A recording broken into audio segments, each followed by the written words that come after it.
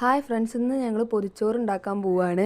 അതിനാദ്യം വാഴയില വാട്ടുക, അതിലേക്ക് ചോറിട്ടു, പിന്നെ നല്ല അടിപൊളി മാങ്ങച്ചാറിട്ടു, അതിന് ശേഷം ഉപ്പേരി ഇട്ടു, പയറുപ്പേരി, പിന്നെ മീൻകറി, പിന്നെ നല്ല മാമ്പഴ പുളിശ്ശേരി ആ ചോറിൻ്റെ മുകളിൽ കൂടെ ഇങ്ങനെ ഒഴിക്കണം.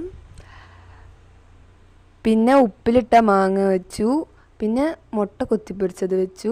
അതിനുശേഷം മടക്കുക. എനിക്ക് ഭയങ്കര കഴിവായതുകൊണ്ട് ഞാൻ നൈസായിട്ട് അമ്മയ്ക്ക് കൊടുത്തു. നല്ല രീതിക്ക് തന്നെ അങ്ങോട്ട് മടക്കുക.